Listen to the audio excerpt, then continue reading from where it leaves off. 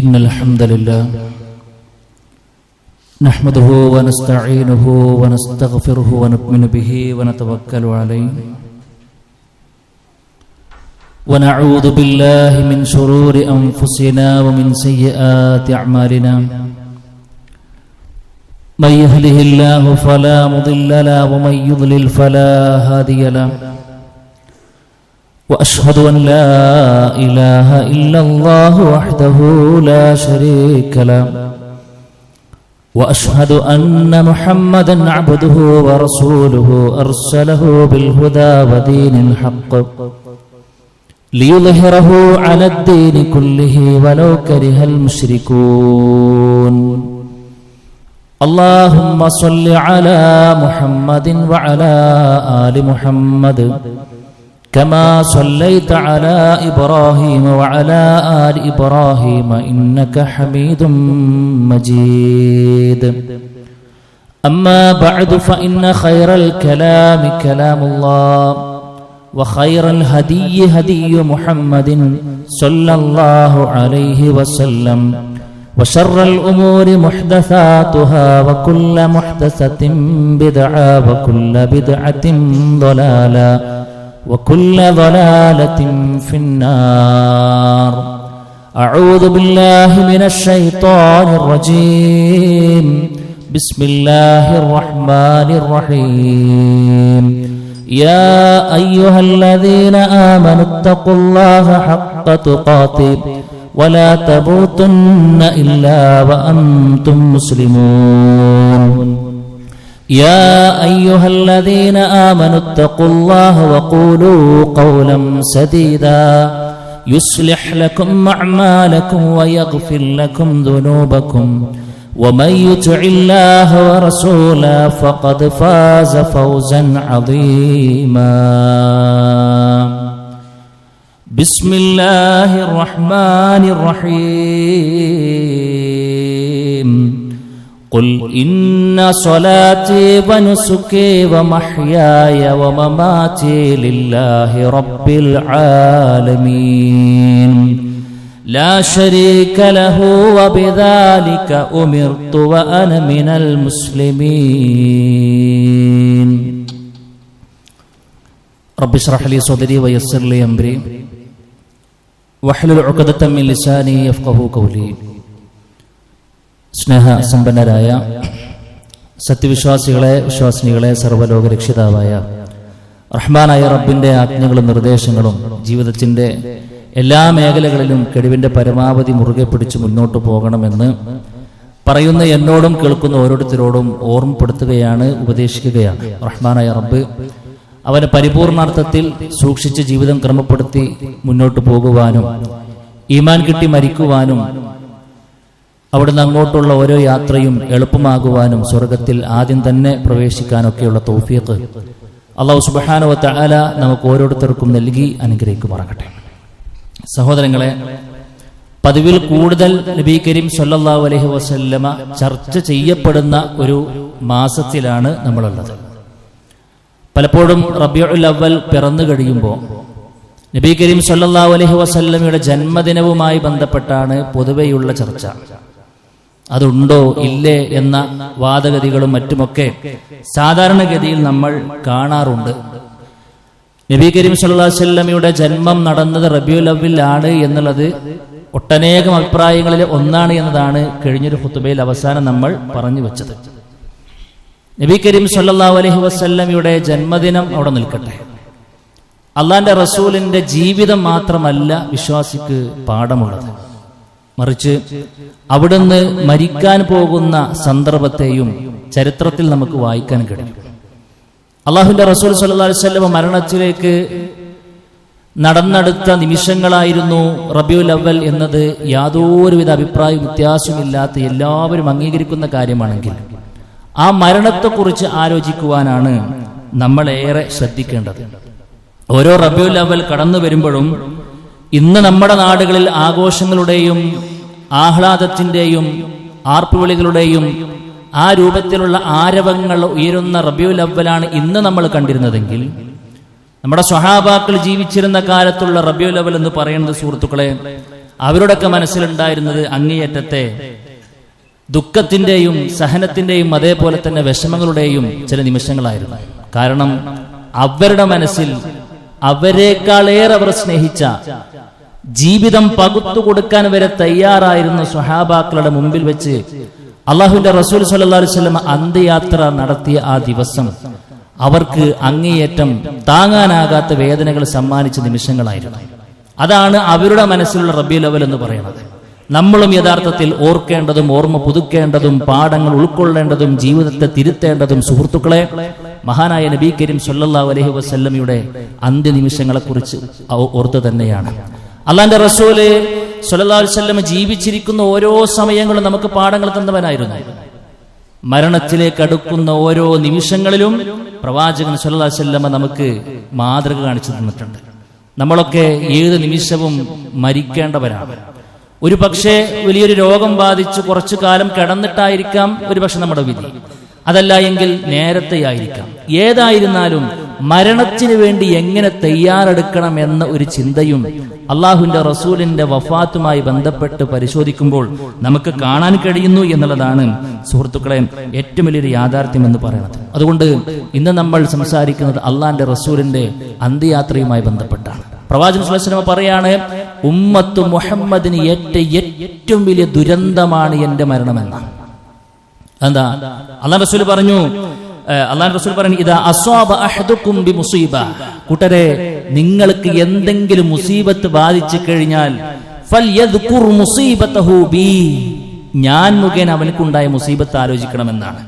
ഫഇന്നഹാ മിൻ അഅ്ളമിൽ മസായിബ്, ഏറ്റവും വലിയ ദുരന്തമാണ് അള്ളാന്റെ റസൂലിന്റെ വിയോഗം എന്ന് പറയുന്നത്. കാരണം എന്താ? അള്ളാന്റെ റസൂൽ സ്വല്ലല്ലാഹു അലൈഹി വസല്ലം പറഞ്ഞു, ഈ ആകാശത്തിന് ഈ കാണുന്ന നക്ഷത്രങ്ങളൊക്കെ എത്രത്തോളം പ്രൊട്ടക്ഷൻ നൽകുന്നുണ്ടോ അതുപോലെ എന്റെ ഉമ്മത്തിന് ഞാൻ പ്രൊട്ടക്ഷൻ ആയിരുന്നു. അല്ലെ? പ്രവാചകൻ സ്വല്ലല്ലാഹു അലൈഹി വസല്ലം മരിക്കുന്നത് വരെ ഒരു അഭിപ്രായ വ്യത്യാസമില്ല മുസ്ലിം കമ്മ്യൂണിറ്റിയിലില്ല. മുനാഫിക്കുകളെ കൊണ്ടുണ്ട് എന്നല്ലാതെ മുസ്ലിമായി സ്വീകരിച്ച ആളുകൾക്ക് അഭിപ്രായ വ്യത്യാസമല്ല. പക്ഷെ അള്ളാന്റെ റസൂലിന്റെ കണ്ണടച്ച് മുതൽ അവിടുന്ന് ഇങ്ങോട്ട് പിന്നീട് ആ മുസ്ലിം ഐക്യം തകരുന്നതും ചിദ്രതയും കുഴപ്പങ്ങളും ഫിത്നകളും ഫസാദുകളും ഖുറാഫാത്തുകളും ബിദ്അത്തുകളും ഒക്കെ ദീനിലേക്ക് വരികയും ആ ചതിക്കുഴിയിൽപ്പെട്ട് പല ആളുകളും വീണ്ടും നരകത്തിന്റെ തീകുണ്ടാരത്തിലേക്ക് പ്രവേശിക്കുന്ന സാഹചര്യങ്ങൾ ഉണ്ടായിരുന്നതല്ലേ സത്യം. അത് എന്തുകൊണ്ട് സംഭവിച്ചു എന്ന് ചോദിച്ചാൽ, ഒരു മനുഷ്യനിക്ക് സംഭവിക്കാവുന്ന ഏറ്റവും വലിയ ദുരന്തം എന്ന് പറയുന്നത് ആ മനുഷ്യൻ നരകത്തിലേക്ക് പോകുന്ന ഏർപ്പാട് ചെയ്യാന്നുള്ളതാണല്ലോ. ഏറ്റവും കൂടുതൽ ആളുകൾ നരകത്തിലേക്ക് പോകാൻ കാരണമായത് അള്ളാഹുവിന്റെ റസൂൽ സ്വല്ലല്ലാഹു അലൈഹി വസല്ലമയുടെ മരണമാണെന്ന് പറയുമ്പോൾ സുഹൃത്തുക്കളെ, ആ മരണത്തെ വലിയൊരു ദുരന്തമായി കൊണ്ട് നമ്മൾ കണക്കാക്കണമെന്ന് തന്നെയാണ് ഇസ്ലാം പഠിപ്പിക്കുന്നത്. എല്ലാവരും മരിക്കുമെന്നുള്ള സത്യമാണ്. അള്ളാഹുവിന്റെ റസൂൽ സ്വല്ലല്ലാഹു അലൈഹി വസല്ലമയുടെ നാവിലൂടെ തന്നെ റഹ്മാനായ റബ്ബ് പ്രഖ്യാപിച്ചു, ഇന്നക മയ്യിതുൻ, നബിയേ താങ്കൾ മരിക്കാനുള്ള ആളാണ്. വ ഇന്നഹും മയ്യിതൂൻ, താങ്കൾക്ക് മുമ്പ് വന്ന എല്ലാ പ്രവാചകന്മാരും മരണത്തെ ആസ്വദിച്ചിട്ടുണ്ട്.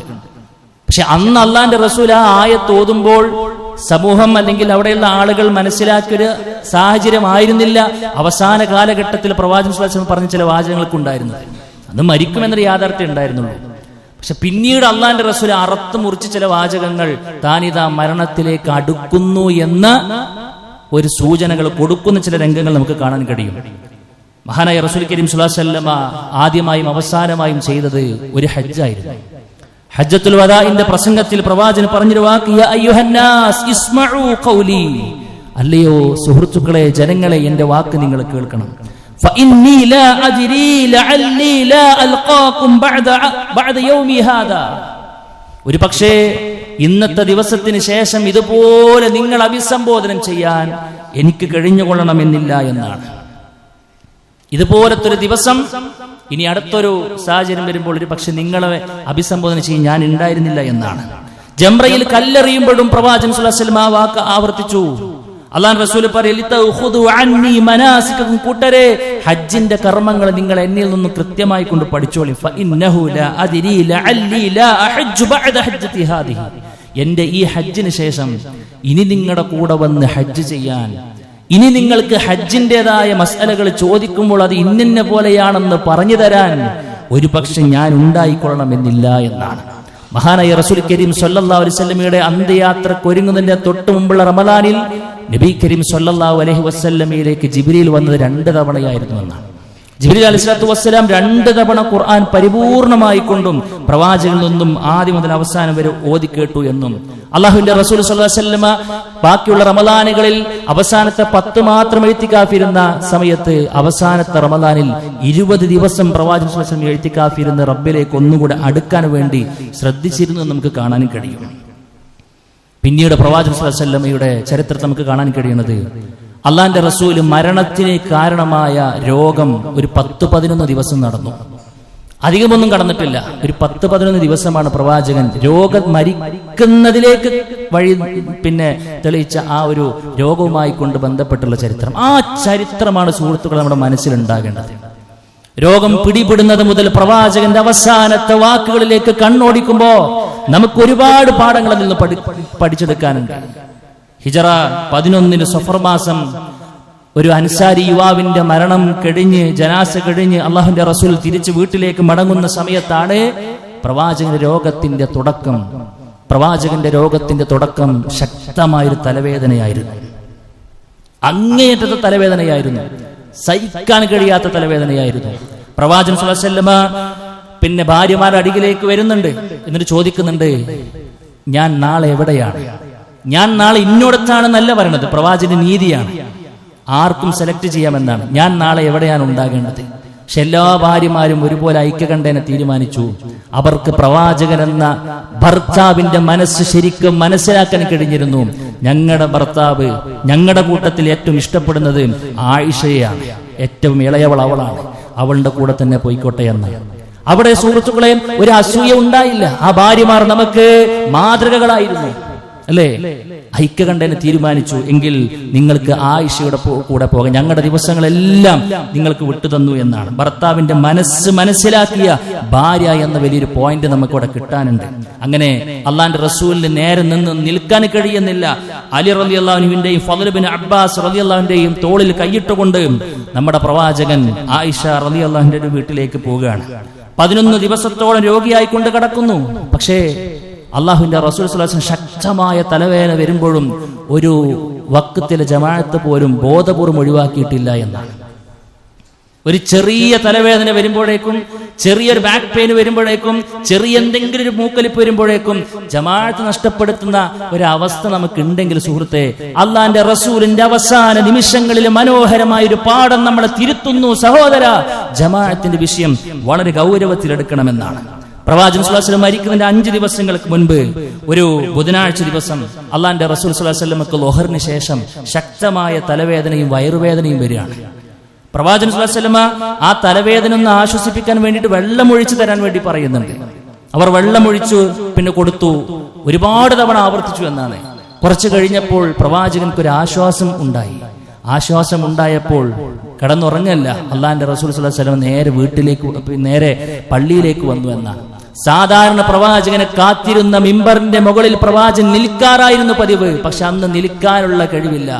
അള്ളാന്റെ റസൂല് മിമ്പറും അവിടെ ഇരുന്നു. എന്നിട്ട് നടത്തിയ ചില ഉപദേശങ്ങളുണ്ട്. സഹോദര, ഒന്ന് എണീറ്റ് നിൽക്കാൻ പോലും കഴിയാത്ത സാഹചര്യത്തിലും അള്ളാന്റെ റസൂലിന്റെ ജീവിതം ഇത് അവസാനിക്കുന്ന ഘട്ടമെത്തുമ്പോ എന്റെ ഉമ്മത്തിന് ഞാൻ അടിവരയിടെ ഇട്ട് കൊടുക്കേണ്ട ചില ബാധ്യതകളുണ്ട് എന്ന തിരിച്ചറിവിൽ നിന്നും പ്രവാചകൻ സ്വല്ലല്ലാഹു അലൈഹി വസല്ലമ ഇരുന്ന ഇരുപ്പിൽ ഒരു ഉപദേശം നടത്തുന്നുണ്ട്. ആ ഉപദേശങ്ങളെ സഹോദര നമ്മൾ നെഞ്ചേറ്റണം. പ്രവാചകൻ സ്വല്ലല്ലാഹു അലൈഹി വസല്ലമ പറഞ്ഞു, എനിക്ക് എന്റെ റബ്ബ് 2 ഓപ്ഷൻ നൽകിയെന്നാണ്. എനിക്ക് എന്റെ റബ്ബ് 2 ഓപ്ഷൻ നൽകി. ഒന്ന് ദുനിയാവ് വേണമെങ്കിൽ നിനക്ക് സെലക്ട് ചെയ്യാം, അതല്ല എങ്കിൽ റബ്ബിന്റെ അരികിലുള്ളത് സ്വീകരിക്കാമെന്നാണ്. ആ അടിമ അള്ളാന്റെ അരികിലുള്ളത് സെലക്ട് ചെയ്തു എന്നാണ്. ഈ വാക്ക് കേൾക്കുമ്പോൾ കൂട്ടത്തിൽ നിന്നും കരഞ്ഞത് അബൂബക്കർ റളിയല്ലാഹു അൻഹു മാത്രമാണ്. അള്ളാന്റെ അരികിലുള്ളത് ഒരു അടിമ സെലക്ട് ചെയ്ത് വെച്ചിട്ടുണ്ടെന്ന് അറിയുമ്പോ അള്ളാന്റെ റസൂൽ ഇതാ യാത്ര പോകാൻ ഒരുങ്ങുകയാണെന്ന കൃത്യമായ ബോധം മനസ്സിലാക്കിയത് അബൂബക്കർ റളിയല്ലാഹു അൻഹു ആയിരുന്നു. അവിടുന്ന് അങ്ങോട്ട് പ്രവാചകൻ ചില ഉപദേശങ്ങൾ, വളരെ പ്രധാനപ്പെട്ട ചില ഉപദേശങ്ങൾ കൊടുത്തു. ഒന്ന്, അള്ളാന്റെ റസൂൽ ഇന്ന അക്സറ മാ അഖാഫു അലൈക്കും, കൂട്ടരെ മുസ്ലിം ഉമ്മത്തിലെ ആണുങ്ങളെ പെണ്ണുങ്ങളെ നിങ്ങളുടെ വിഷയത്തിൽ ഞാൻ ഏറ്റവും ഭയപ്പെടുന്നത് എന്താണെന്നറിയോ? ഏറ്റവും ഭയപ്പെടുന്നത് മാ യുഖ്രിജുല്ലാഹു ലക്കും മിൻ ബറകാത്തിൽ അർളി, ഭൂമിയിൽ നിന്നും നിങ്ങൾക്ക് അല്ലാഹു സുബ്ഹാനഹു വ തആല അധികരിച്ച് ബറക്കത്തിന് നൽകുന്നു എന്നതാണ്. ഭൂമിയിലെ വിഭവങ്ങൾ നിങ്ങൾക്ക് സമൃദ്ധമായി കൊണ്ട് കിട്ടുന്നതിനെയാണ്, ദാരിദ്ര്യത്തെയല്ല ഞാൻ ഭയപ്പെടുന്നത് എന്നാണ്. അള്ളാന്റെ റസൂലിനോട് ചോദിച്ചു, എന്താണ് അബറകാത്തുൽ അർള്? സഹ്റത്തുദ് ദുനിയാ, ദുനിയാവിലെ പൊലിമകളാണ് എന്നാണ്. അള്ളാഹുവിന്റെ റസൂൽ സ്വല്ലല്ലാഹു അലൈഹി വസല്ലം പറയാണ്, സുഹൃത്തുക്കളെ, ദുനിയാവ് കിട്ടുന്നുണ്ടെങ്കിൽ നിങ്ങൾ പേടിക്കണമെന്നാണ്. അതുവരെയുള്ള മനോഗതി മാറും. ശമ്പളം വർദ്ധിച്ചിട്ടുണ്ടോ? ദുനിയാവിന് വിഭവങ്ങൾ ഇങ്ങനെ കൂടുന്നതിനനുസരിച്ച് ഒരു പക്ഷേ നന്ദികേടും കൂടാൻ കാരണമാകും, കിബർ കൂടാൻ കാരണമാകും, പൊങ്ങച്ചം കൂടാൻ കാരണമാകും, പല അവകാശങ്ങളും ധ്വംസിക്കപ്പെടുവാനുള്ള കാരണമാകും. അതുകൊണ്ട് ദുനിയാവിനെ നിങ്ങൾ പേടിയോടുകൂടെ സമീപിക്കണമെന്നാണ്. വത്തഖുദ് ദുനിയാ, ദുനിയാവിനെ നല്ലോണം പേടിച്ചു കൊണ്ട് ഹാൻഡിൽ ചെയ്തോ എന്നാണ് റസൂൽ കരീം സല്ലല്ലാഹു അലൈഹി വസല്ലമ നമുക്ക് നൽകിയ മരണക്കടക്കയിലേക്ക് പോകുന്നതിന്റെ തൊട്ടുമ്പ് നടത്തുന്ന ഉപദേശം എന്ന് പറയുന്നത്.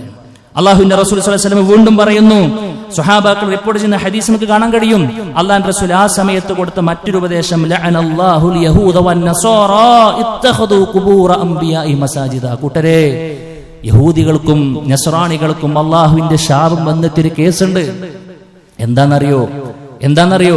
അവരുടെ പ്രവാചകന്മാർ മരിച്ചപ്പോ അവരുടെ ഖബറുകളെ അവർ ഇടുപ്പാക്കി മസ്ജിദുകളാക്കി ആരാധനകൾ വന്ന് വീടുന്ന സ്ഥലമാക്കി അതിനെ മാറ്റിക്കളഞ്ഞു എന്നാണ്. എന്നിട്ട് അള്ളാഹുവിന്റെ റസൂൽ സ്വല്ലല്ലാഹു അലൈഹി വസല്ലം പറയാണ്, നിങ്ങൾ ഒരിക്കലും എന്റെ ഖബറിനെ അങ്ങനെ ആക്കാൻ പാടില്ല എന്നാണ്. ആയിഷ പറയുന്നുണ്ട്, ലൗലാ ദാലിക ലഉബ്രിസ ഖബറുഹു ഖശിയ അയ്യുത്തഖദ മസ്ജിദാ. അല്ലേ, ഇങ്ങനത്തെ ഒരു ഭയപ്പാടില്ലായിരുന്നുവെങ്കിൽ അള്ളാഹുവിന്റെ റസൂലിന്റെ ഖബറ് എല്ലാവർക്കും കാണത്തക്ക രൂപത്തിൽ വെളിപ്പെടുത്തി കൊടുക്കുമായിരുന്നു എന്നാണ്. അള്ളാഹുവിന്റെ റസൂൽ സ്വല്ലല്ലാഹു അലൈഹി വസല്ലം പ്രാർത്ഥിച്ചു, അല്ലാഹുമ്മ ലാ തജ്അൽ ഖബരി വസനൻ യുഅബദ്. പടച്ചോനെ, എന്റെ ഖബറിടം ഒരിക്കലും ആരാധിക്കപ്പെടുന്ന ആഘോഷങ്ങൾ നടക്കുന്ന ഒരിടമാക്കി മാറ്റരുതേ എന്നാണ്. അതുകൊണ്ടാണ് ഇന്നും ആ സെക്യൂരിറ്റി അവിടെ കിട്ടിക്കൊണ്ടിരിക്കുന്നത്. അതുകൊണ്ട് സുഹൃത്തുക്കളെ, മാലോകരെ, പ്രമാണങ്ങളിൽ നിന്നും ദീൻ ഉൾക്കൊള്ളാൻ ഭാഗ്യം ലഭിച്ച എന്റെ പ്രിയപ്പെട്ട വിശ്വാസികളെ, ആലോചിക്കൂ. അല്ലാഹുവിന്റെ റസൂൽ സ്വല്ലല്ലാഹു അലൈഹി വസല്ലം നമുക്ക് നൽകുന്ന ഉപദേശം, വിശ്വാസിക്ക് ഖബറുമായിട്ടുള്ള ബന്ധം പരലോകത്തെ ഓർക്കാൻ വേണ്ടി മാത്രമാണ്. ഖബറാളിക്ക് വേണ്ടി പ്രാർത്ഥിക്കലാണ്, ഖബറാളിയോട് ഇങ്ങോട്ട് എന്തെങ്കിലും ആവശ്യപ്പെടലല്ല. ഒരു ചെറിയൊരു കോമൺ സെൻസ് ഉണ്ടെങ്കിൽ ഒന്ന് ആലോചിച്ച് നോക്കൂ കൂട്ടരെ. ഇന്ന് നമ്മുടെ നാട്ടിന് പുറത്ത് കാണുന്ന കുറെ ഖബറുകളുണ്ടല്ലോ, ഖബർ ബിസിനസ്സുകൾ, അല്ലെ? അവിടെ എന്തിനാണ് ആ ഒരു കുറ്റി? അവിടെ എന്തിനാണ് പണം ഇടുന്നത്? നിങ്ങൾ ആരെങ്കിലും ആലോചിച്ചു? അങ്ങനത്തെ ഒരു ഓപ്ഷൻ ഉണ്ടെങ്കിൽ അവിടെ എന്തെങ്കിലും നാണയത്തുട്ടുകളിട്ട് അവിടത്തോടുള്ള ആളോട് പ്രാർത്ഥിക്കുകയോ അവിടെ പോയി സങ്കടങ്ങൾ പറഞ്ഞാൽ എന്തെങ്കിലും ഒരു മെച്ചമുണ്ടായിരുന്നുവെങ്കിൽ അള്ളാന്റെ റസൂൽ സ്വല്ലല്ലാഹു അലൈഹി വസല്ലമ എന്റെ ഖബർ കൊണ്ട് എന്റെ ഉമ്മത്തിന് കിട്ടേണ്ട ഒരു ഖൈർ തടയുമായിരുന്നു. ആലോചിക്കും കൂട്ടരെ, അങ്ങനത്തെ ഒരു ഓപ്ഷൻ ഉണ്ടായിരുന്നെങ്കിൽ മിനിറ്റുകൾ കോടികൾ വന്നും അറിയില്ല. അവിടെ ഉണ്ടോ അങ്ങനത്തെ ഒരു അവസരം? അവിടെ പോയിട്ട് ഭയങ്കര സെക്യൂരിറ്റിയാണ്. അവിടെ ആരെങ്കിലും കൈപൊക്കുമ്പോഴേക്കും അവിടെയുള്ള ആളുകൾ തടയുകയാണ്. എന്തേ കാരണം? അവിടെ സലാം പറയുന്നതിനപ്പുറത്ത് വേറൊരു പരിപാടി ഇല്ല എന്നതാണ് കാരണം. അതുകൊണ്ട് കൂട്ടരെ, ആ ഒരു ഏർപ്പാട് നമുക്ക് പറ്റിയതല്ല.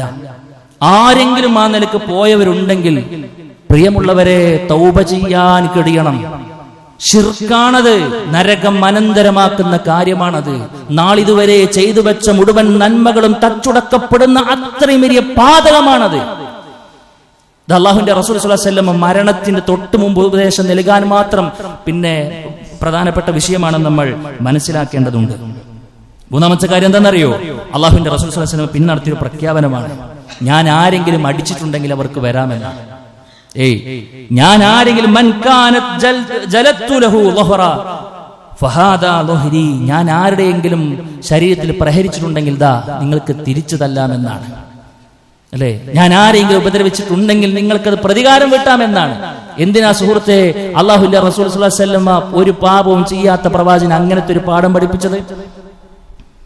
ജനങ്ങളുമായിട്ടുള്ള ബാധ്യതകൾ എന്തെങ്കിലും ഉണ്ടെങ്കിൽ, നല്ല മരണം വേണമെങ്കിൽ പൊരുത്തപ്പെടിപ്പിച്ചോളിമെന്ന വലിയൊരു പാഠമാണ് അതിൽ നൽകുന്നത്. പല ആളുകൾ ഇപ്പോഴും തെറ്റില്ല. വർഷങ്ങളായിട്ട് പിണങ്ങി നടക്കുക, എന്നിട്ട് അതിൽ ഏതെങ്കിലും ഒരാളാണ് മരിക്കും, എന്നിട്ടോ ഒന്ന് പൊരുത്തപ്പെട്ട് തരണട്ടോ എന്നൊന്ന് പറയാൻ പോലും മനസ്സ് കാണിക്കാതെ അങ്ങനെ ഈഗോ അടിച്ച്, ഇൻഫീരിയോറിറ്റി കോംപ്ലക്സ് അടിച്ച് അങ്ങനെ നടക്കും കുറെ ആളുകൾ. എന്നിട്ട് പരലോകത്ത് പോകുമ്പോൾ കുടുങ്ങുന്ന സാഹചര്യം ഉണ്ടാവും. അള്ളാന്റെ റസൂല് പറയാ പാടില്ല എന്നാണ്. അതുകൊണ്ട് എന്തെങ്കിലുമൊക്കെ പൊരുത്തപ്പെടിപ്പിക്കാനുണ്ടെങ്കിൽ പിണക്കങ്ങൾ ഉണ്ടെങ്കിൽ സഹോദര, ഏത് സമയത്തും നമ്മളെ മാടി വിളിക്കുന്ന മരണത്തിനു വേണ്ടി ഒരുങ്ങണമെന്ന് ആഗ്രഹിക്കുന്നുണ്ടെങ്കിൽ ആ പിണക്കങ്ങൾ അവസാനിപ്പിക്കാൻ കഴിയണമെന്നാണ് നബി കരീം സല്ലല്ലാഹു അലൈഹി വസല്ലമ തന്റെ മരണത്തിലേക്ക് അടുക്കുന്ന അവസാനത്തെ നിമിഷങ്ങളിലൂടെ നമ്മളെ പഠിപ്പിക്കുന്നത്. മരിക്കുന്നതിന്റെ 4 ദിവസങ്ങൾക്ക് മുൻപ് ഒരു വ്യാഴാഴ്ച നേരം പ്രവാചകൻ സല്ലല്ലാഹു അലൈഹി വസല്ലമ ഇമാമായി കൊണ്ട് നിസ്കരിക്കണം. 4 നേരവും പ്രവാചകനെ ഇമാമ. പക്ഷെ ഇശാ നിസ്കരിക്കാൻ പ്രവാചകൻ സല്ലല്ലാഹു അലൈഹി വസല്ലമക്ക് കഴിയുന്നില്ല. രോഗം കഠിനമാകുന്നു. 3 തവണയോളം പ്രവാചകൻ സല്ലല്ലാഹു അലൈഹി വസല്ലമക്ക് ബോധം നഷ്ടപ്പെടുന്നു. ബോധം വരുമ്പോഴൊക്കെയും പ്രവാചകൻ ആവർത്തിച്ച് ചോദിക്കുന്നു, അസ്വല്ലന്നാസ്, ജനങ്ങൾ നിസ്കരിച്ചു എന്നാണ്. ജനങ്ങൾ നിസ്കരിച്ചു എന്നാണ്. സഹോദരങ്ങളെ, ഒന്ന് ആലോചിച്ചു നോക്കൂ നിങ്ങൾ. ജമാഅത്ത് നമസ്കാരത്തിന്റെ പ്രത്യേകതയാണത്. ഇശാ നമസ്കാരത്തിന് പ്രവാചകനിട്ട വിലയാണത്. പിന്നീട് അങ്ങോട്ടുള്ള നിസ്കാരത്തിന് ഇമാമത്ത് നിൽക്കാൻ പ്രവാചകൻ സല്ലല്ലാഹു അലൈഹി വസല്ലം പെർമിഷൻ കൊടുക്കുന്നത് അബൂബക്കർ റളിയല്ലാഹു അൻഹുവിനാണ്. ദിവസങ്ങൾക്ക് മുമ്പ്, 2 ദിവസങ്ങൾക്ക് മുമ്പ് പ്രവാചകൻ സല്ലല്ലാഹു അലൈഹി വസല്ലമക്ക് ഒരിക്കലും എഴുന്നേൽക്കാൻ പോലും കഴിയാത്ത അവസ്ഥയാണ്. ചെറിയൊരു ആശ്വാസം ഉണ്ടായപ്പോൾ പ്രവാചകൻ വീണ്ടും ലൊഹറിന് വേണ്ടിയിട്ട് ലൊഹർ നിസ്കരിക്കാൻ വേണ്ടി പള്ളിയിലേക്ക് വരുന്നുണ്ട്. പ്രവാചകൻ സല്ലല്ലാഹു അലൈഹി വസല്ലമ വരുന്നതിന് അറിയാതെ അബൂബക്കർ നേതൃത്വം കൊടുക്കുന്നു. പ്രവാചകനെ കാണുമ്പോൾ ഇമാമത്ത് നിൽക്കാൻ വേണ്ടി, ഇമാമത്ത് നിന്ന് മാറാൻ വേണ്ടി ശ്രമിക്കുന്നു. പ്രവാചകൻ പെർമിഷൻ കൊടുക്കുകയാണ്. മരണത്തിന്റെ തലേന്ന് അള്ളാഹുവിന്റെ റസൂൽ സല്ലല്ലാഹു അലൈഹി വസല്ലം കുറച്ചൊരു ആശ്വാസം എടുക്കുമ്പോൾ വീണ്ടും ചില ബാധ്യതാ നിർവഹണത്തിലേക്ക് പ്രവാചകൻ വരികയാണ്. തന്റെ അടിമകളെ മോചിപ്പിക്കുന്നു. ആകെയുണ്ടായിരുന്ന 7 ദീനാർ പ്രവാചകൻ സല്ലല്ലാഹു അലൈഹി വസല്ലം ദാനം നൽകുന്നു. അതേപോലെ തന്നെ ആയുധങ്ങൾ മുസ്ലിമീങ്ങൾക്ക് നൽകുന്നു. പിന്നെയോ പ്രവാചകൻ സല്ലല്ലാഹു അലൈഹി വസല്ലമയുടെ വീട്ടിൽ അവസാനമായി കൊണ്ട് കത്തിച്ചു വെക്കാനുള്ള വിളക്കിൽ എണ്ണയില്ലാത്തതിന്റെ പേരിൽ തൊട്ടപ്പുറത്തുള്ള ജൂതന്റെ ഒരു പണയം പിന്നെ പെടുത്തുകയാണ്. ആ ദാരിദ്ര്യത്തിന്റെ ഒരു കയ്പുനീര് നമ്മൾ മനസ്സിലാക്കണം. പ്രവാചകൻ സല്ലല്ലാഹു അലൈഹി വസല്ലമ അത് മേടിച്ചു കൊണ്ടുവരുന്നുണ്ട്. അതായിരുന്നു പ്രവാചകൻ സല്ലല്ലാഹു അലൈഹി വസല്ലമയുടെ അവസാനത്തെ നിസ്കാരം. പിന്നീട് നിസ്കാരത്തിന് പ്രവാചകൻ സല്ലല്ലാഹു അലൈഹി വസല്ലമക്ക് അവസരമുണ്ടായിട്ടില്ല എന്നാണ്. ഏകദേശം ദുഹയുടെ സമയമായപ്പോൾ മഹദിയായ ഫാത്തിമ ബീവിയെ റസൂൽ കരീം സല്ലല്ലാഹു അലൈഹി വസല്ലം വിളിപ്പിക്കുന്നുണ്ട്. മഹദി വന്നപ്പോൾ 2 കാര്യങ്ങൾ പറഞ്ഞു എന്നാണ്. ആദ്യം ഒരു കാര്യം കേട്ടപ്പോൾ, സ്വകാര്യം കേട്ടപ്പോൾ അവിടുന്ന് ചിരിച്ചു എന്നാണ്. ആദ്യം കരയുന്നുണ്ട്, പിന്നീട് ചിരിക്കുകയാണ്. എന്താ സംഭവം? റസൂൽ കരീം സല്ലല്ലാഹു അലൈഹി വസല്ലം യാത്രയാകാൻ പോവുകയാണ് എന്നതാണ് ആദ്യത്തെ സന്ദേശം. പിന്നീട് പറഞ്ഞു, ഈ നബി കുടുംബത്തിൽ നിന്നും എന്നിലേക്ക് ആദ്യം എത്തുക നീയാണ് എന്നാണ്. അത് കേട്ടപ്പോൾ അവിടുന്ന് ചിരിച്ചു എന്നാണ്. സഹോദരങ്ങളെ, പിന്നീട് അവിടുന്ന് ഭാര്യമാരെ വിളിച്ചു വരുത്തുന്നു, പേരക്കുട്ടികളെ വിളിച്ചു വരുത്തുന്നു, എല്ലാവർക്കും വേണ്ട ഉപദേശങ്ങൾ, നിർദ്ദേശങ്ങൾ കൊടുക്കുന്നു. സ്വത്തിനെ കുറിച്ചല്ല ചർച്ച, മറ്റേ വേറെന്തെങ്കിലും ഭൗതികപരമായി കൊണ്ടുള്ള കാര്യങ്ങളല്ല ചർച്ച. ഏത് ഖുർആനിൽ തന്നെ ഒരുപാട് പ്രവാചകന്മാരുടെ മരണക്കിടക്കയുമായി ബന്ധപ്പെട്ട ചർച്ചകൾ കാണാൻ കഴിയും. അവിടങ്ങളിലെല്ലാം അവർ നടത്തുന്ന ഉപദേശങ്ങൾ, മക്കളെ വിളിച്ചു വരുത്തി ഉപദേശിക്കുന്ന ഉപദേശങ്ങളിൽ ആദർശമാണ് വിഷയം. മക്കളെ, ഉപ്പാന്റെ കാലശേഷം നിങ്ങൾ ആരെയാണ് ആരാധിക്കുക? അല്ലേ, തൗഹീദ് ഞങ്ങൾ പ്രഖ്യാപിച്ചോളാമെന്ന ആ ഒരു കരാറ് വാങ്ങിയിട്ടാണ് നമ്മുടെ മുൻഗാമികളായ പ്രവാചകന്മാർ ഇഹലോകവാസം വെടിയുന്നത്. മഹാനായ റസൂൽ കരീം സല്ലല്ലാഹു അലൈഹി വസല്ലമയും അത് തന്നെയാണ് നടത്തുന്നത്. വീണ്ടും പ്രവാചകൻ സല്ലല്ലാഹു അലൈഹി വസല്ലമ പറഞ്ഞു, അല്ലാഹുവിന്റെ റസൂൽ സല്ലല്ലാഹു അലൈഹി വസല്ലം പറയുന്നു, അസ്സലാത്ത് അസ്സലാത്ത് വമാ മലകത് ഐമാനുക്കും. നമസ്കാരത്തിന്റെ വിഷയമാണ് വീണ്ടും പ്രവാചകൻ അവസാനമായി കൊണ്ട് കൊടുക്കുന്ന ഉപദേശം എന്നാണ്. പിന്നെ പറഞ്ഞു, നിങ്ങൾ വലങ്കൈ ഉടമപ്പെടുത്തിയത് എന്നാണ്. നിങ്ങൾ ആരുടെ ഉത്തരവാദിത്തമാണോ ഏറ്റെടുത്തിട്ടുള്ളത്, ആ ഉത്തരവാദിത്തം നിങ്ങൾ പൊന്നുപോലെ കൊണ്ടു നടക്കണമെന്നാണ്. ഭാര്യയെ നിങ്ങൾ ഉടമപ്പെടുത്തിയിട്ടുണ്ടെങ്കിൽ, മക്കളെ നിങ്ങൾ ഉടമപ്പെടുത്തിയിട്ടുണ്ടെങ്കിൽ അതിലൊന്നും കൈമോശം വരുത്തിയിട്ട് പരലോകത്തേക്ക് വരാൻ നിൽക്കരുത് എന്ന വലിയ ഒരു സിഗ്നൽ, വലിയ ഒരു ഉപദേശം അള്ളാഹുവിന്റെ റസൂൽ സല്ലല്ലാഹു അലൈഹി വസല്ലം കൊടുക്കുകയാണ്. അങ്ങനെ പ്രവാചകൻ സല്ലല്ലാഹു അലൈഹി വസല്ലം മരണത്തിന് വേണ്ടി കടക്കുന്നു. നമ്മുടെ ഉമ്മയുടെ മടിത്തട്ടിലേക്ക് പ്രവാചകൻ സല്ലല്ലാഹു അലൈഹി വസല്ലം വീഴുന്നു. കുറച്ച് കഴിഞ്ഞപ്പോൾ പിന്നെ ആയിഷ റളിയല്ലാഹു അൻഹയുടെ അനിയൻ, ആയിഷ റളിയല്ലാഹു അൻഹയുടെ പിന്നെ ആങ്ങള വരുമ്പോൾ അദ്ദേഹത്തിന്റെ പോക്കറ്റിൽ മിസ്വാക്ക് കാണുകയാണ്. പ്രവാചകൻ സല്ലല്ലാഹു അലൈഹി വസല്ലം മിസ്വാക്കിലേക്ക് ഇങ്ങനെ നോക്കുന്നുണ്ട്. ആ നോട്ടമാണ് കണ്ടിട്ടുള്ള ആയിഷ റളിയല്ലാഹു അൻഹ. പറഞ്ഞിട്ടില്ല, ആയിഷ എനിക്കത് വേണമെന്ന് പറഞ്ഞിട്ടില്ല. ഒരു നോട്ടത്തിന്റെ ഉള്ളിൽ പിന്നെ അടങ്ങിയിരിക്കുന്ന ധ്വനിയെ കുറിച്ച്, സിഗ്നലിനെ കുറിച്ച് കൃത്യമായി കൊണ്ട് വായിക്കാൻ കഴിഞ്ഞ മാതൃകാ വനിതയായ ആയിഷ റളിയല്ലാഹു അൻഹ ആ മിസ്വാക്ക് മേടിച്ച് അവിടുന്ന് തന്നെ കടിച്ച് അത് വൃത്തിയാക്കി പ്രവാചകന്റെ പല്ല് തേച്ചു കൊടുത്തു എന്നാണ്. രണ്ടുണ്ട് കാര്യം. ഒന്ന്, വായെപ്പോഴും വൃത്തിയാക്കേണ്ടതിന്റെ പവിത്രത നമുക്ക് കാണാൻ കഴിയും.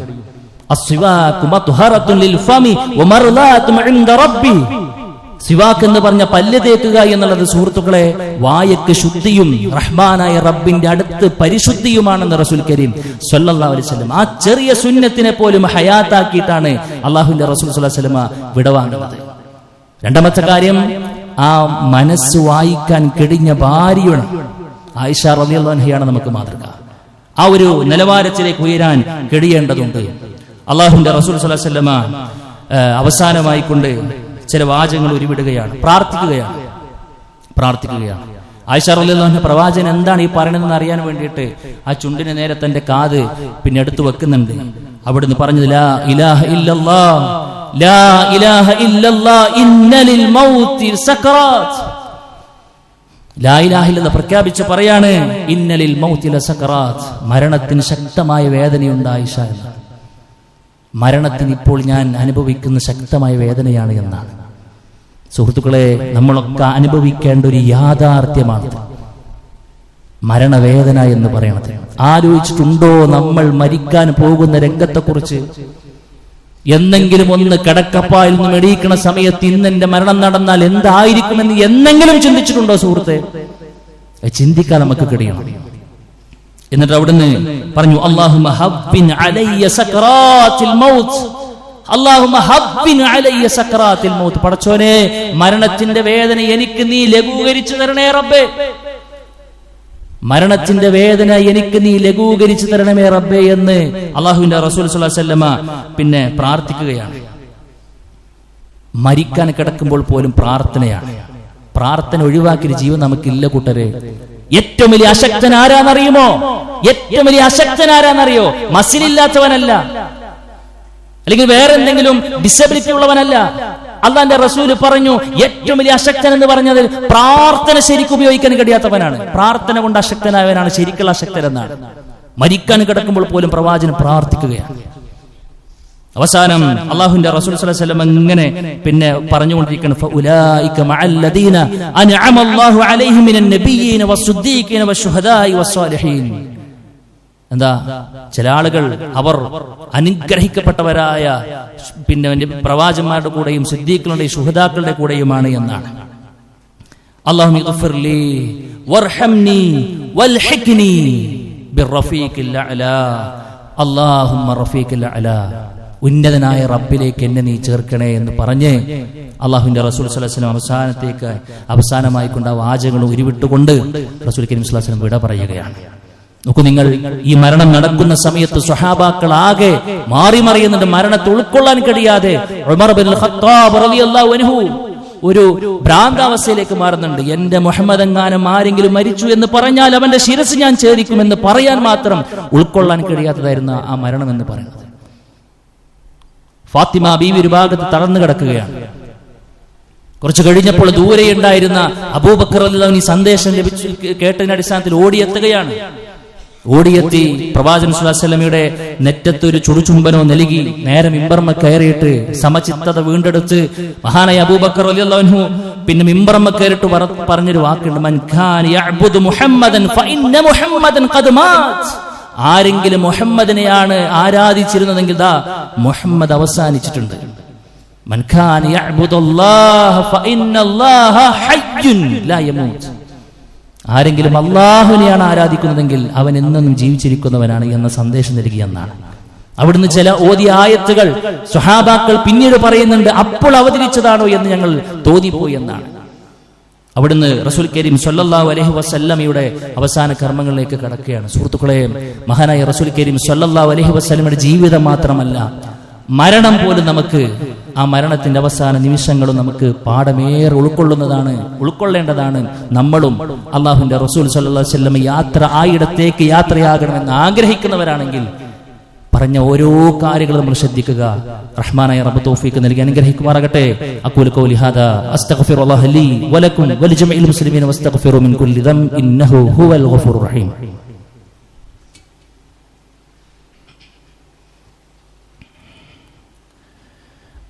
അൽഹംദുലില്ലാഹി വഹ്ദഹു വസ്സലാത്തു വസ്സലാമു അലാ മൻ ലാ നബിയ ബഅദ. അല്ലാഹു സുബ്ഹാനഹു വ തആലയുടെ വിധികളും വിലക്കുകളും മാനിച്ചുകൊണ്ട് ജീവിക്കണമെന്ന് വീണ്ടും ഓർമ്മപ്പെടുത്തുകയാണ്. സുഹൃത്തുക്കളെ, മഹാനായ റസൂൽ കരീം സ്വല്ലല്ലാഹു അലൈഹി വസല്ലമയുടെ ജീവിതത്തിലും മരണത്തിലുമുള്ള നാം ഉൾക്കൊള്ളേണ്ട ഏറ്റവും വലിയ യാഥാർത്ഥ്യങ്ങളും അതുപോലെ തന്നെ മാതൃകകളുമാണ് സൂചിപ്പിച്ചത്. അള്ളാഹുവിന്റെ റസൂൽ സ്വല്ലല്ലാഹു അലൈഹി വസല്ലമ ജീവിച്ചത് മുഴുവനും നമുക്ക് വേണ്ടിയാണെന്നാണ് പറഞ്ഞതിന് ചുരുക്കം. അള്ളാഹിന്റെ റസൂൽ സ്വല്ലല്ലാഹു അലൈഹി വസല്ലമയോടുള്ള ഇഷ്ടം എന്ന് പറയുന്നത് സുഹൃത്തുക്കളെ, അതിന്റെ മാനദണ്ഡം എന്ന് പറയുന്നത് ഒന്ന്, പ്രവാചകന് പഠിപ്പിച്ചു തന്ന ആദർശങ്ങളും പ്രവാചകൻ പഠിപ്പിച്ച ചര്യകളും ഹയാത്താക്കുക എന്നുള്ളതാണ്. അള്ളാഹിന്റെ റസൂൽ പഠിപ്പിച്ചു തന്ന സുന്നത്തിന് ഇഷ്ടപ്പെടലും അത് നടപ്പിൽ വരുത്തലും. മൻ അഹബ്ബ സുന്നതി ഫഖദ് അഹബ്ബനി എന്നാണ്.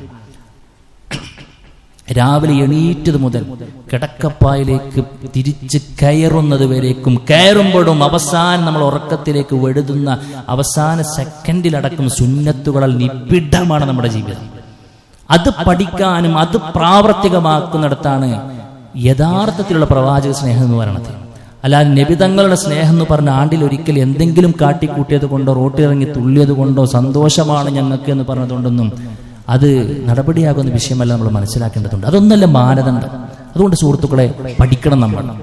നമ്മുടെ ജീവിതത്തിന്റെ പച്ചയായ ഇടങ്ങളിൽ അള്ളാന്റെ റസൂലിന്റെ 1000 സുന്നത്തുകളെ ജീവിതത്തിന്റെ ഭാഗമാക്കാൻ കഴിയുന്നവരാണ് നമ്മൾ. ആ നിലക്ക് പഠിപ്പിക്കപ്പെട്ടവരാണ്. ഇർക്ക് ക്ലാസ് വെള്ളം കുടിക്കുന്നിടത്ത് പോലും അള്ളാന്റെ റസൂലിന്റെ ചര്യയുണ്ട് നമുക്ക്.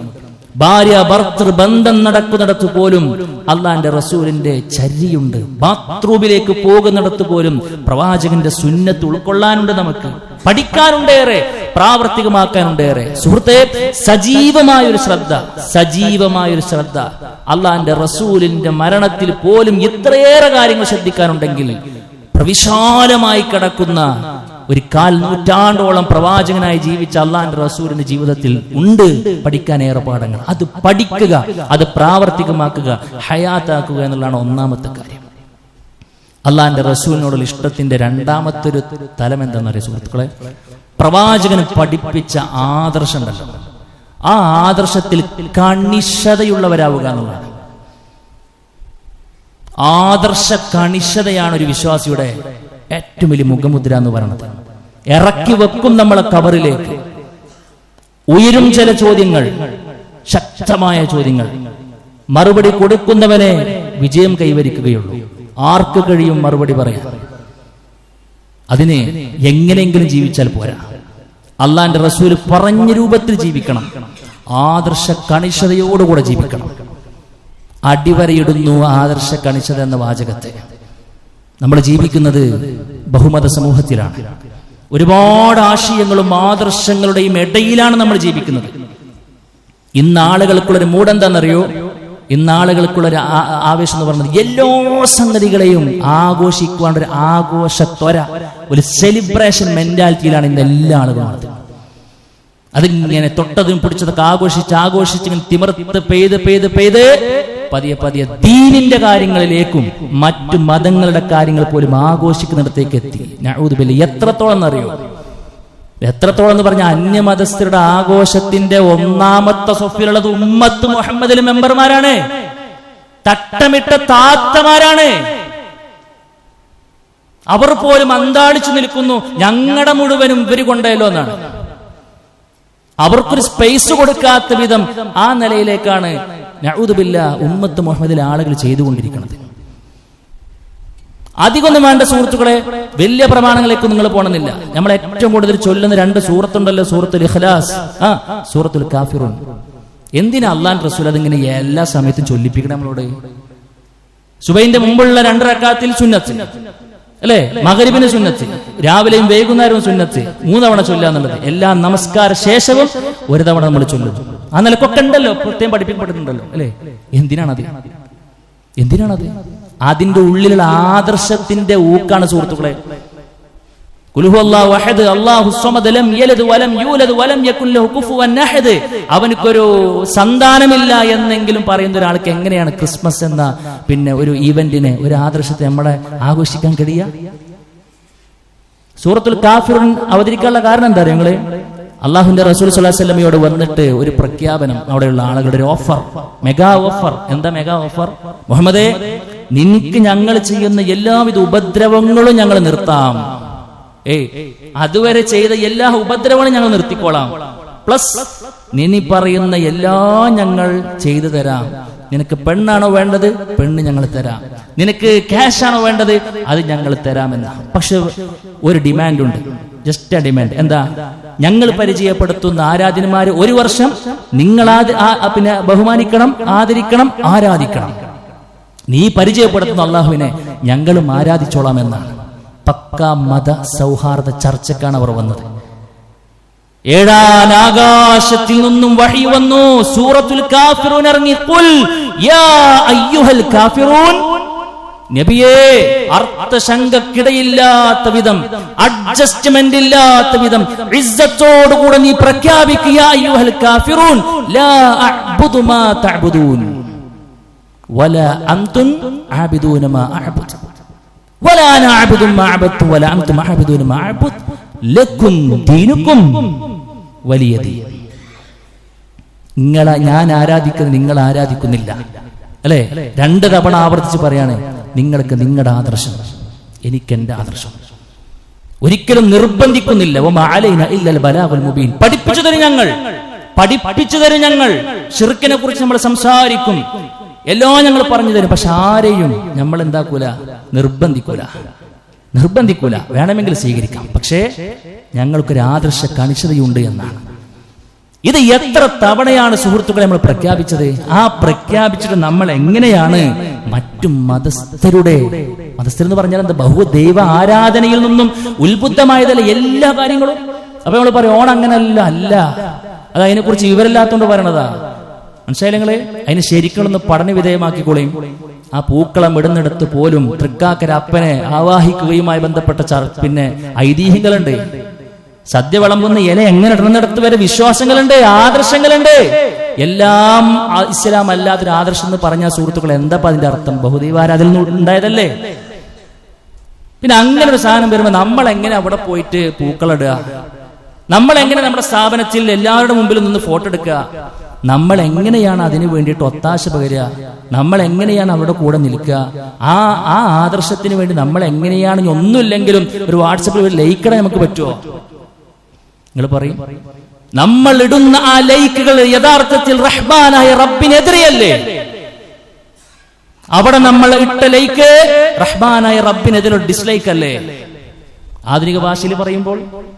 അതുകൊണ്ട് സുഹൃത്തുക്കളെ, നമ്മൾ പോലും അറിയാം. അതുകൊണ്ട് അല്ലാഹു റസൂൽ പറഞ്ഞു അശ്ശിർകു അഖ്ഫാ മിൻ ദബീബിൻ നംൽ. ഓർത്തു വെച്ചോ, നരകം അനന്തരം എടുക്കുന്ന ശിർക്ക് എന്ന പാതകം നിങ്ങൾ പോലും അറിയാതെ ഒരു ഉറുമ്പ് നമ്മുടെ ശരീരത്തിലേക്ക് വരുന്നതിനേക്കാൾ ഗോപ്യമായ രൂപത്തിൽ വരുമെന്ന് നബി കരീം സ്വല്ലല്ലാഹു അലൈഹി വസല്ലം താക്കീത് നൽകിയത് വെറുതെ അല്ല സുഹൃത്തുക്കളെ. എന്ത് സുഖമായിരുന്നു അല്ലേ നേരത്തെ പറഞ്ഞതാണെന്നുണ്ടെങ്കിൽ? എന്തിനാ അല്ലാഹു റസൂൽ ഏറുകൊണ്ടത്? എന്തിനാ അല്ലാഹു റസൂൽ ബഹിഷ്കരിക്കപ്പെട്ടത്? ഈ ആദർശത്തിൽ വെള്ളം ചേർക്കാതിരുന്നതിന്റെ പേരില്ല. ആ താവടിയിലാണ് നമ്മൾ. നമുക്കൊരു എന്താ ഇങ്ങനെയെന്ന് പറഞ്ഞ വാക്കിനെ ഒന്ന് എതിരിടാനുള്ള കപ്പാസിറ്റി പോലും ഇല്ല അല്ലെ നമുക്ക്? അതിനുള്ള കൂറ് നമുക്കില്ല അല്ലെ? അതിനെങ്ങനെ മനോഹരമായിക്കൊണ്ട് പിന്നെ കാര്യം പറഞ്ഞു കൊടുക്കുന്ന ഇൽമ നമുക്കില്ല അല്ലെ? സുഹൃത്തെ, ഞാൻ ആമുഖമായിക്കൊണ്ട് ഓതി വെച്ച ആയത്ത് നമ്മൾ എന്നും കിബിലക്ക് അഭിമുഖമായിക്കൊണ്ട് നിന്ന് പ്രഖ്യാപിക്കുന്ന പ്രഖ്യാപനം, ഖുൽ ഇന്ന സ്വലാത്തി വനുസുകി വമഹ്യായ വമമാതി ലില്ലാഹി റബ്ബിൽ ആലമീൻ. എന്റെ നമസ്കാരം, എന്റെ ബലികർമ്മം, എന്റെ ജീവിതം, എന്റെ മരണം, ഞാൻ മരിക്കുന്നുണ്ടോ നിനക്ക് വേണ്ടിയാ റബ്ബേ. ലാ ശരീക ലഹു, ഇല്ല അവൻക്കൊരു പങ്കുകാരൻ. വബിദാലിക ഉമിർതു, അപ്രകാരമാണ് ഞാൻ കൽപ്പിക്കപ്പെട്ടിട്ടുള്ളത്. വഅന മിനൽ മുസ്ലിമീൻ, ഞാൻ മുസ്ലിമീങ്ങളുടെ കൂട്ടത്തിൽപ്പെട്ടവനാണ്. നട്ടലോടുകൂടെ അന്തസ്സോടുകൂടെ പ്രഖ്യാപിക്കാൻ കഴിയണം സുഹൃത്തുക്കളെ. നമ്മുടെ ഉള്ളിൽ ഇങ്ങനെ തോന്നി ഞാനിപ്പോ മുസ്ലിമാണെന്ന് പറഞ്ഞു കഴിഞ്ഞാൽ അവരെന്താ വിചാരിക്കുക എന്നൊരു കോംപ്ലക്സ് ഉള്ളിൽ വരുമ്പോഴാണ് ഇങ്ങനെ അറിയാതെ ഇങ്ങനെ സമരസപ്പെട്ടു പോവുക. നമ്മുടെ വില അറിയണം. റഹ്മാനായ റബ്ബ് നമുക്ക് തന്ന ദീനെന്ന അനുഗ്രഹത്തിന്റെ ആഴവും പരപ്പും അറിയണം സഹോദര.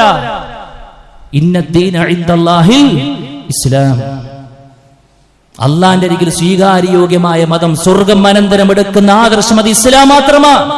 അതിനപ്പുറത്തുള്ളത് നരകമാണെന്ന് പറയുമ്പോൾ ഈ ഇസ്ലാമിലേക്ക് വരാൻ തൗഫീക്ക് കിട്ടിയിട്ടും പിന്നെ നമ്മൾ എങ്ങനെയാണ് സുഹൃത്തുക്കളിൽ പോവുക? ഇതൊന്നൊരു വർഗീയതയല്ല സുഹൃത്തുക്കളെ, ഇത് ആദർശ കണിശതയാണ്. ഇതിനേക്കാൾ സ്ട്രോങ് ആയ ആദർശങ്ങൾ മറ്റു ടീമുകൾക്കുണ്ട്. ഇപ്പൊ വെറുതെ ആലോചിക്കുകയും ഒരു ബ്രാഹ്മണന്മാരായ സുഹൃത്തുക്കളെ നമ്മൾ പിന്നെ മാംസം കൊടുത്ത് അവർ കഴിക്കോ? അവർ കഴിക്കില്ല എന്ന് പറഞ്ഞ് നമുക്ക് ആർക്കും പരാതി ഉണ്ടോ? അത്രേ ഉള്ളൂ. ഇപ്പൊ സിമ്പിൾ കേസാണ്. ഇതിനെ കണ്ട് ആളുകൾ കണ്ട് പർവ്വതീകരിച്ച് നമ്മളും ചില ഒത്താശകൾ കൊടുത്തത് വലിയ സംഭവമായതാണ്. നമ്മളെല്ലാവരും പാടെ കൂട്ട തീരുമാനിച്ചത് ഇതൊന്നും വിഷയമേ അല്ല. അതിനെന്ത് വേണമെന്നറിയോ? നമുക്ക് അതിന് ബോധം വേണം. നമ്മളെടുത്തുള്ള ദീനിന്റെ വില നമ്മൾ അറിയണം. മുസ്ലിമാണെന്ന് പറയുന്നതിൽ ആത്മാർത്ഥത വേണം സുഹൃത്തുക്കളെ. അതില്ലെങ്കിൽ എന്താണെന്നറിയോ? ചപ്പു ചണ്ടികളെ പോലെ എന്റെ ഉമ്മത്ത് മാറുന്ന അല്ലാഹുവിന്റെ റസൂൽ പറഞ്ഞില്ലേ, ആ ലിസ്റ്റിലുണ്ടാവും നമ്മുടെ ഒക്കെ പേര്. അധികാരികൾ കയറി നരങ്ങും. അല്ലാഹുവിന്റെ റസൂൽ പറയാ അല്ലേ, കയറി നരങ്ങുന്ന പറഞ്ഞേ. എന്തേ പ്രവാചകരെ ഇപ്പൊ കയറി നരങ്ങുന്ന ഒരു കഥ ഉണ്ട്. എന്താ? നമ്മളാകെ എണ്ണത്തിൽ കുറച്ചുള്ളൂ എന്നുള്ളതുകൊണ്ടാണ്. അന്നിങ്ങനെ എണ്ണത്ത് കുറച്ചൊന്നല്ല, ഇഷ്ടം പോലെ ഉണ്ടെന്നാ പറയാ. പക്ഷെ മലവെള്ളപ്പാച്ചിൽ ഒഴുകി വരുന്ന ചപ്പു ചാണ്ടികളെ പോലെയായിരിക്കും. നാമമാത്ര കാനേശുമാരി മാപ്പിളമാർ മാത്രമായിരിക്കും എന്നുള്ള. ഉള്ളിൽ ഇസ്ലാം ഉണ്ടാവില്ല. വലാ തമൂതുന്ന ഇല്ലാ വഅൻതും മുസ്ലിമൂൻ. മുസ്ലിമീങ്ങളായിക്കൊണ്ടേ കൂട്ടരെ നിങ്ങൾ മരിക്കാൻ പാടുള്ളൂ. ആ ഇസ്ലാമിന്റെ ഐഡന്റിറ്റി നിലനിർത്തിയിട്ടേ പരലോകത്തേക്ക് എന്റെ മുമ്പിലേക്ക് വരാൻ പാടുള്ളൂ എന്നുള്ളത് റഹ്മാനായ റബ്ബിന്റെ വസിയത്ത സഹോദര. അതുകൊണ്ട് എന്തെങ്കിലും ഫാൾട്ടുകൾ വന്നിട്ടുണ്ടെങ്കിൽ തിരുത്തണം, തൗബ ചെയ്ത് മടങ്ങണം. ഇല്ലെങ്കിൽ ഈ പോക്ക് നരകത്തിലേക്കാണ് നമ്മൾ അറിയണം. നമ്മുടെ ഫ്രണ്ട് സർക്കിളിലുള്ള ആളുകളെ മനോഹരമായി തിരുത്താൻ നമുക്ക് കഴിയണം. ഈ വിഷയത്തിൽ എന്റെ നിലപാട് ഇതാണ്. ഇതിനർത്ഥം ബാക്കിയുള്ളവരെ കണ്ട ചിരിക്കണ്ടെന്നോ പറയണ്ടെന്നോ അങ്ങനെ ഒന്നുമില്ല സുഹൃത്തുക്കളെ. ഒരു നാണയത്തിന്റെ വശങ്ങളുള്ളതുപോലെ നമ്മളൊരു ഭാഗത്ത് ആദർശ കണിഷ്ഠത നിലനിർത്തുമ്പോഴും ഭൗതികപരമായി കൊണ്ട് സഹകരിക്കേണ്ട വിഷയങ്ങൾ നമുക്ക് സഹകരിക്കണം. അതാ റബ്ബിന് ഇഷ്ടം. നമ്മളിങ്ങനെ തീവ്ര മെന്റാലിറ്റിയോടുകൂടെ നടക്കല്ല. അവനെ അന്യമതസ്ഥരെ കണ്ട ചിരിക്കാൻ പാടില്ല, നോക്കാൻ പാടില്ല. ഇനി ചിരിക്കായി നോക്കാതെ എങ്ങനെ സുഹൃത്തെ നിന്റെ ഉള്ളിലുള്ള ആദർശം നീ ദഴവത്തിയ എനിക്ക് ബാധ്യതല്ലേ? അതുകൊണ്ട് എന്താ അറിയോ, ഭൗതികപരമായി കൊണ്ടുള്ള വിഷയങ്ങളിൽ നല്ല തരത്തിലുള്ള സഹകരണം ഉറപ്പുവരുത്തുമ്പോൾ, ആദർശത്തിന്റെ വിഷയത്തിൽ വരുമ്പോൾ കണിഷ്ഠത അത് മനോഹരമായി കൊണ്ട് തിരുത്തി കൊടുക്കാൻ നമുക്ക് കഴിയണം. എങ്കിൽ ഇവിടുന്ന് അങ്ങോട്ടുള്ള ജീവിതം ഉഷാറായിരിക്കും. ഇല്ലാന്നുണ്ടെങ്കിൽ മരണത്തിന്റെ അന്ന് നമ്മൾ അറിയും ഈ അഡ്ജസ്റ്റ്മെന്റുകളുടെ ദുരന്തം. നഊദുബില്ല. അതില്ലാതിരിക്കാൻ നമ്മൾ ശ്രദ്ധിക്കുക, തൗബ ചെയ്യുക, എന്തെങ്കിലും ഫാൾട്ടുകൾ ഉണ്ടെങ്കിൽ തിരുത്തുക, റഹ്മാനായ റബ്ബിനോട് നല്ല ആദർശ കണിശതയോടുകൂടെ ജീവിക്കാനും മുന്നോട്ട് പോകാനുള്ള തൗഫീക്കിന് വേണ്ടി ഇരക്കുക. റഹ്മാനായ റബ്ബ് തൗഫീക്ക് നൽകി അനുഗ്രഹിക്കുമാറാകട്ടെ. അല്ലാഹുവേ, അറിഞ്ഞും അറിയാതെയും വന്നു പോയിട്ടുള്ള ചെറുതും വലുതുമായ മുഴുവൻ തെറ്റുകളും കുറ്റങ്ങളും വിട്ടുപുറത്ത് മാപ്പാക്കി തരണമേ റബ്ബേ. അല്ലാഹുവേ, ഞങ്ങൾക്ക് മുമ്പ് മരണപ്പെട്ടു പോയി ഞങ്ങളുടെ മാതാപിതാക്കൾ, കൂട്ടുകുടുംബക്കാർ, ആദർശ ബന്ധുക്കൾ എല്ലാവരുടെയും ഖബറുകൾ നിശ്ചലമാക്കി കൊടുക്കണമേ റഹ്മാനെ. അല്ലാഹുവേ, രോഗം കൊണ്ടും കടം കൊണ്ടും ഒക്കെ ഒരുപാട് പ്രയാസങ്ങൾ അനുഭവിക്കുന്ന ഒരുപാട് ആളുകളുണ്ട്. അല്ലാഹുവേ, അവരുടെ എല്ലാവിധ പ്രയാസവും ദൂരീകരിക്കണമേ റഹ്മാനെ. اللهم اغفر للمؤمنين والمؤمنات والمسلمين والمسلمات والأحياء منهم والأموات إنك مجيب دعوات يا قاضي الحاجات. اللهم أجرنا من النار، اللهم أجرنا من النار، اللهم أجرنا من النار. ربنا تقبل منا إنك أنت السميع العليم وتب علينا إنك أنت التواب الرحيم. آمين آمين برحمتك يا أرحم الراحمين.